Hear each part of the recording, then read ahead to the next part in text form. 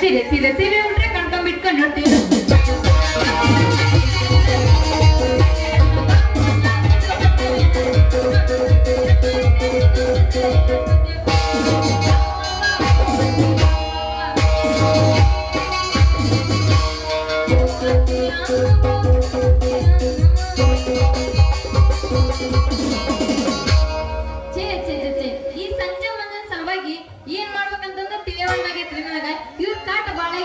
ಇವರಿಬ್ರು ನನ್ ಮ್ಯಾಗ ಮನಸ್ಸು ಮಾಡ್ಯಾರ. ಆದ್ರೂ ನಾನ್ ಯಾರ ಮ್ಯಾಗ ಮನಸ್ಸು ಮಾಡ್ಬೇಕನ್ನೋದು ನನಗ್ ತಿಳಿಯೋದಾಗೈತಿ. ಮದ್ವಿ ಮಾಡ್ಕೊಳೋದು ತಿಳಿಯೋದಾಗೈತಿ. ಏನಾಗಿದ್ದ ಅಲ್ಲಿ ದೇವ್ರ ಇಚ್ಛೆ ಆದಂಗಾಗತ್ತ. ನಾ ಯಾಕೆ ತಲೆ ಕೆಡಿಸ್ಕೋಬೇಕ? ಇತ್ತ ಬರಕತ್ತಾರ, ಬರ್ಲಿ ಬರ್ಲಿ. ಕಡಿಮೆ ಅಂತ ಕೋರಣ್ಣ ಮುಪ್ಪನದ್ದು ಲಕ್ಕನ ನೋಡಿ ಸತಿ ಸತಿ ಕೇಳದೇನ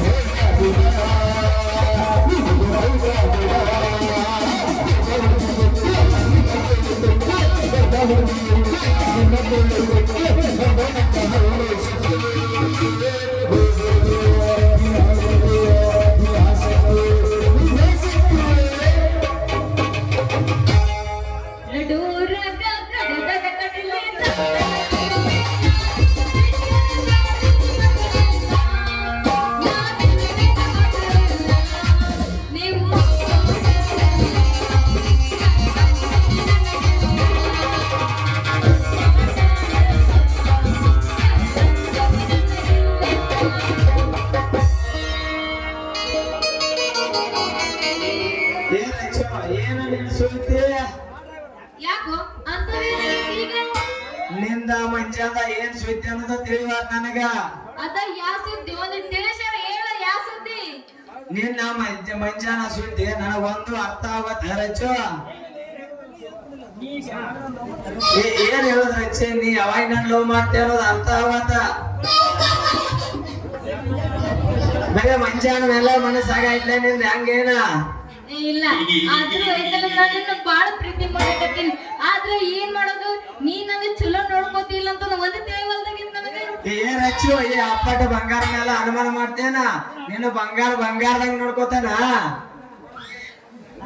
ಎಲ್ಲದ ನಾವು ಮಂಜೆ ಸೈಕಲ್ ಹತ್ತಾಳ ಕನ್ನಡ ಸಾಲಿಗೆ ಬಂದಾಳ.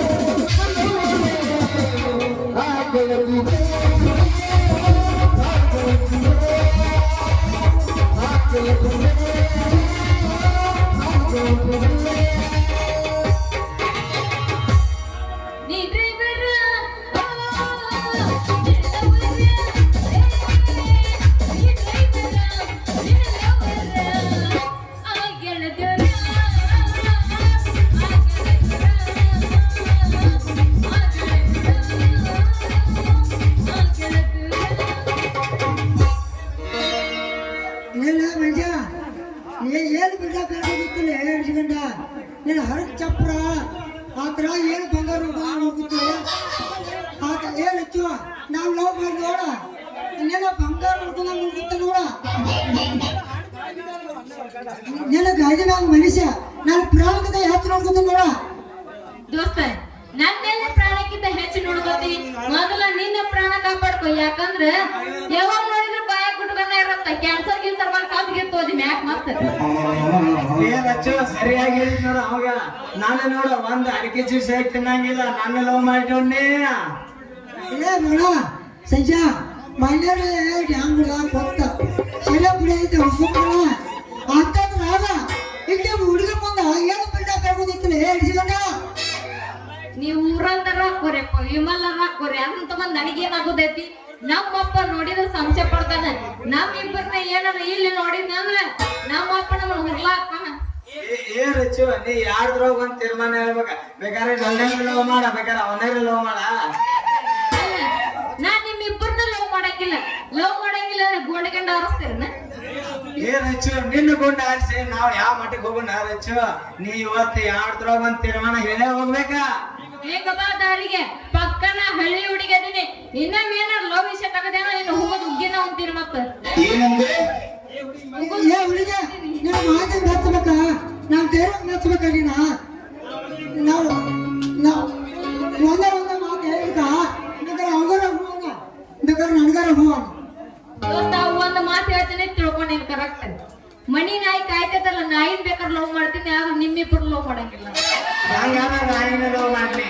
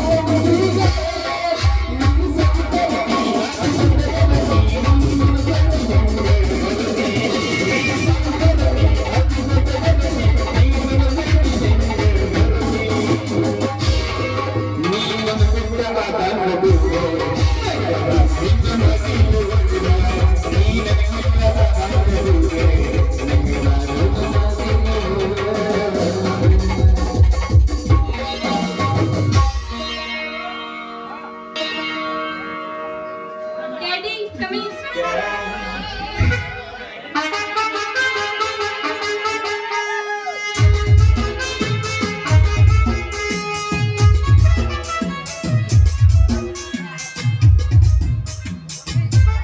ಬಪ್ಪರೆ ಮಗಳ ಈ ಮಂಜಾನ ಮಕ್ಕಳಿಗೆ ಹಿಂದ್ಗಡೆ ಸೈಡಿಂದ ಬರೋಬ್ಬರ ಊಟ ಬರುದಿಲ್ಲ ಉರಿಯೋಂಗ ಅಜ್ಜಾರ ಅಂತಿಂತ ಊಟ ಇಟ್ಟಿಲ್ರಿ ಹಿಂಗಳಿಗೆ ಊಟ ಇಟ್ಟಾರ್ರಿ ಏ ಮೊಮ್ಮಕ್ಕಳ ಮಕ್ಕಳ್ರೆ ನನಗ ಅಜ್ಜಾರ ಅಂತ್ರಿ ನಾನು ಅವ ಕೇಳಿರಿ ಎಲ್ಲ ಮಕ್ಕಳ್ರೆ ಏ ನಮ್ಮ ಏ ಅಮ್ಮ ಎಂತ ಐತ್ರಿ ಹೇಳಿ ಹವ ಏ ನಮ್ಮ ಅಪ್ಪಂದ ಬಾಳ ದೊಡ್ಡದೈತಿ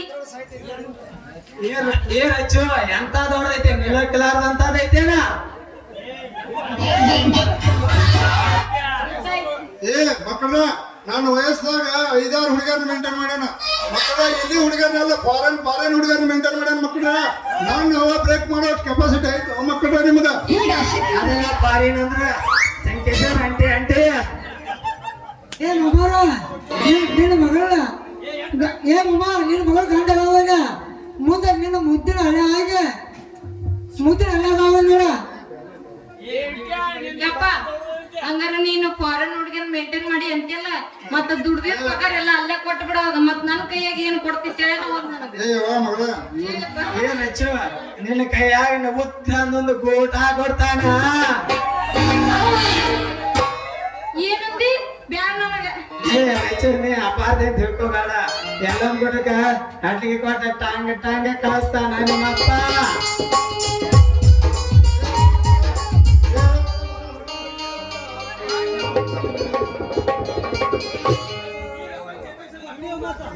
ಮಗಳ ಇಲ್ಲಪ್ಪ ಬೇವರ್ಸ್ಗಳು ಮಾತು ಕೇಳಿದ್ರೆ ನಿನ್ನ ತಲೆನೇ ಕೇಳುತ್ತಾರ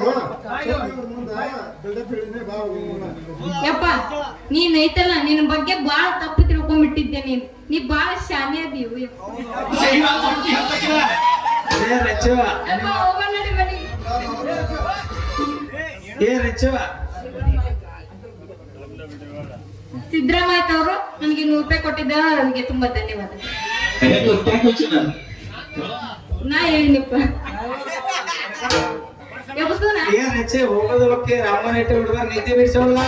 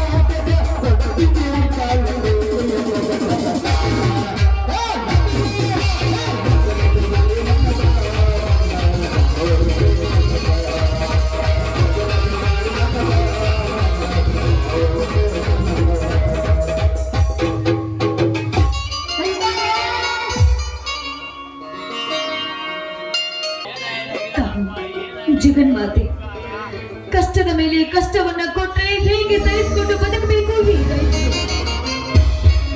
ಈ ಜೀವನವೆಂಬ ಬಂಡಿಯಲ್ಲಿ ಸಿಕ್ಕು ಸೋತು ಶವವಾಗಿ ಹೋಗಿದೆ ಈ ನಮ್ಮ ದೇವಗಳು. ದೇವರೇ, ಇನ್ನು ಮೇಲಿಂದ ನಾವು ಈ ಭೂಮಿ ಮೇಲೆ ಈ ಭೂಗರ್ಭದಲ್ಲಿ ಹೇಗೆ ಬದುಕಬೇಕು ಹೇಗೆ ಸಹಿಸಿಕೊಂಡು ಇರಬೇಕು ಈ ಭೂಮಿ ಮೇಲೆ. ಆ ದುಷ್ಟ ನರಸಿಂಹಗೌಡನ ಕಣ್ಣಿಗೆ ಬಿದ್ದು ಜೀವ ಗೂಡಿನಂತಿದ್ದ ನನ್ನ ಸಂಸಾರ ಎಲ್ಲವೂ ಸುಟ್ಟು ಭಸ್ಮವಾಗಿ ಒಂದು ದೇವರೇ, ಸುಟ್ಟು ಭಸ್ಮವಾಗಿ. ಸುಮತಿ, ಈ ಊರಲ್ಲಿ ನಮ್ಮಂತ ಬಡವರು ಬದುಕುವ ಜಾಗ ಅಲ್ಲ ಇದು. ಸುಮತಿ, ಒಳ್ಳೆ ಗುಣವಿರುವ ಈ ಭೂಮಿ ಈ ಜಾಗದಲ್ಲಿ ಬದುಕುವ ಜಾಗ ನಮ್ದಲ್ಲ ಸುಮತಿ, ನಮ್ಮದಲ್ಲ. ಈ ಊರಲ್ಲಿ ರಣಹತ್ಯೆಗಳನ್ನು ಹಾರಾಟ ಬಹಳ ಹೆಚ್ಚಾಗಿದೆ. ಸುಮತಿ, ಏಕೆ ನೀನು ಒಬ್ಬಳೇ ನಿಂತಿರುವೆ ಈ ಇದರಲ್ಲಿ? ಸ್ವಾಮಿ, ಕಷ್ಟದಲ್ಲಿ ಕೈ ತೊಳುತ್ತಿರುವ ನಮಗೆ ಆ ದೇವರು ಯಾವತ್ತೂ ಕರುಣೆ ತೋರಿಸಲಿಲ್ಲ ಸ್ವಾಮಿ, ತೋರಿಸಲಿಲ್ಲ. ಅದಕ್ಕೆ ಇದೇ ಕಾಡಿನಲ್ಲಿ ಯಾವುದಾದ್ರೂ ಪ್ರಾಣಿಗೆ ಮಾಂಸವಾದ್ರಾಯ್ತು ಅಂತ ಇಲ್ಲಿ ಬಂದೆ. ಸುಮತಿ, ನಾನು ಬಹಳ ಕನಸು ಕಟ್ಟಿದ್ದೆ. ಆದರೆ ನಮ್ಮ ಜೀವನ ಬೀದಿಗೆ ಬಂದಿದ್ದು.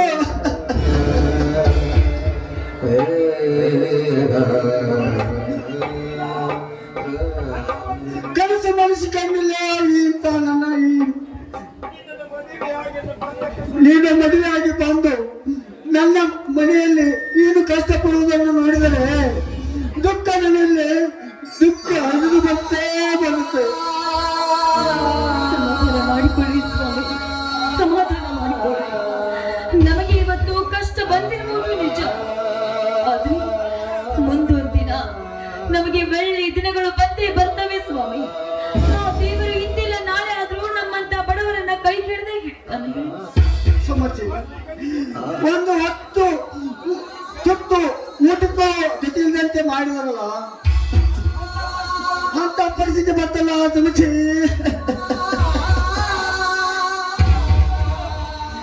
ಆ ನರಸಿಂಹಗೌಡ ನನ್ನ ಸೇಡಿನ ಖಾತೆಯನ್ನು ಹೆಚ್ಚು ಮಾಡಿಬಿಟ್ಟ. ಅವನನ್ನು ಅಂತ್ಯ ಮಾಡದಿದ್ದರೆ ಈ ರೈತನ ಶಾಂತಿಗೆ ನೆಮ್ಮದಿನೇ ಇಲ್ಲ. ಹೌದು ಸ್ವಾಮಿ, ಬಡವರ ಬಾಯಿನಲ್ಲಿ ರಣ ಹದ್ದಿನಾಗಿ ಆಗಿ ಸೊಕ್ಕಿನಿಂದ ಆರ್ಭಟಿಸುತ್ತಿರುವ ಅಂತವರಿಗೆ ತಕ್ಕ ಶಿಕ್ಷೆ ಆಗ್ಲೇಬೇಕು. ಅಂತವರನ್ನ ಮರ್ದನ ಮಾಡಿದಾಗಲೇ ಮಾತ್ರ ನಮ್ಮಂತ ಬಡವರ ಆತ್ಮಕ್ಕೆ ಶಾಂತಿ ಸಿಗುವುದು ಸ್ವಾಮಿ, ಶಾಂತಿ ಸಿಗುವುದು. ಸುಮತಿ, ನೀನೇನು ಚಿಂತೆ ಮಾಡಬೇಡ. ಆ ಕಾರಣವಾದ ನರಸಿಂಹಗೌಡನನ್ನು ಆ ಕಾಲ ಆದಷ್ಟು ಬೇಗ ಬಂದೇ ಬರ್ತದೆ. ತಿನ್ನಕ್ಕೆ ಏನಾದರೂ ಮಾಡಿದೆಯಾ ಸ್ವಾಮಿ? ತಿನ್ಲಿಕ್ಕೆ ಇನ್ನೇನಿದೆ ಸ್ವಾಮಿ? ಮನೆಯಲ್ಲಿದ್ದ ಎಲ್ಲ ಕಾಳು ಕಡೆಗಳು ಸುಟ್ಟು ಭಸ್ಮವಾಗಿ ಹೋಗಿದೆ ಸ್ವಾಮಿ. ಒಂದು ಹೊತ್ತಿನ ತುತ್ತಿನ ಕೂಲಿಗೋಸ್ಕರ ಭಿಕ್ಷೆ ಬೇಡುವಂತಾಯ್ತು ನಮ್ಮ ಪರಿಸ್ಥಿತಿ. ಸುಮತಿ, ಕಷ್ಟದಲ್ಲಿ ಬೆಳೆದ ನಮ್ಮಂತಹ ರೈತರ ಜೀವನ ಪಾಪವೇ ನಮ್ಮ ಸುಮತಿ, ಪಾಪವೇ. ನೀನೇನು ವಿಚಾರ ಮಾಡಬೇಡ ಸುಮತಿ. ನಾನು ಕೂಲಿ ನಾನು ಮಾಡಿ ನಿನಗೆ ನಾನು ಏನಾರು ಮಾಡಿ ಒಂದು ತುತ್ತು ಊಟ ಹಾಕುತ್ತೆ ಸುಮತಿ. ಎರಡು ದಿನ ಊಟ ಮಾಡಿದೆಯಾ ಇಲ್ಲ ಎಷ್ಟು ಸರಿಗೆ ಏನಾಡಿದೆ ಸ್ವಾಮಿ, ನನಗೆ ಹುಟ್ಟು ಹಸುವಾಗಿ ತಲೆ ತಿರುಗ್ತಾ ಇದೆ ಸ್ವಾಮಿ.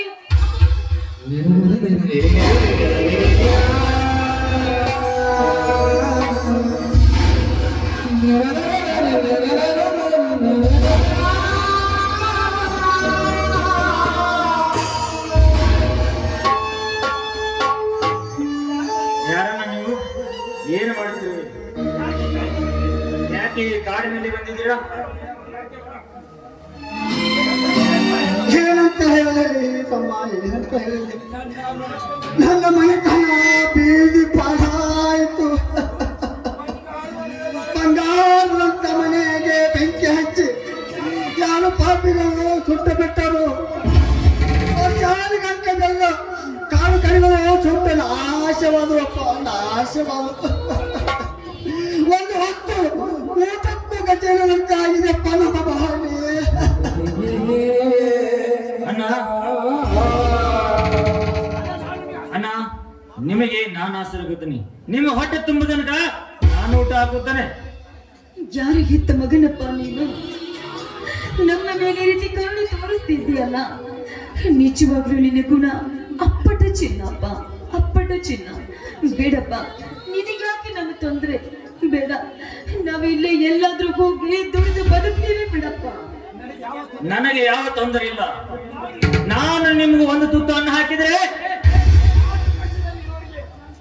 ನಾನು ಕಷ್ಟದಲ್ಲಿ ಇರೋರಿಗೆ ಒಂದು ತುತ್ತು ಅನ್ನ ಹಾಕಿದ್ರೆ, ಕಳೆದ ಹೋದ ನನ್ನ ತಮ್ಮನಿಗೂ ಯಾರಾದ್ರೂ ಒಂದು ತುತ್ತು ಅನ್ನ ಹಾಕುತ್ತಾರೆ ಅನ್ನೋದೇ ನನ್ನ ಆಸೆ. ಅಮ್ಮ, ನಿನ್ನ ತಮ್ಮ ಅದೆಷ್ಟು ಬೇಗ ಸಿಗುತ್ತಾನೆ ತಮ್ಮ.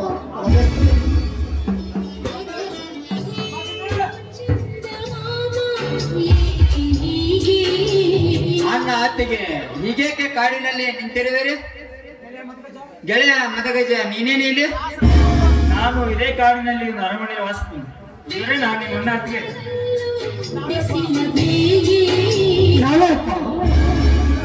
ಇವರು ಅಣ್ಣ ಹತ್ತಿದೆ. ಇವನು ನನ್ನ ತಮ್ಮ ಮರಿದಿಲ್ಲ. ನಿನಗೆ ಹೇಗೆ ಪರಿಚಯಪ್ಪ ಇವರು?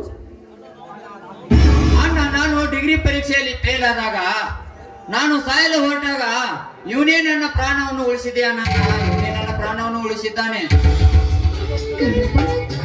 ಏನಿಲ್ಲ ಉಪಕಾರವನ್ನ ನಾವು ಯಾವತ್ತೂ ಮರಿದಿಲ್ಲಪ್ಪ, ಮರೆಯುವುದಿಲ್ಲ.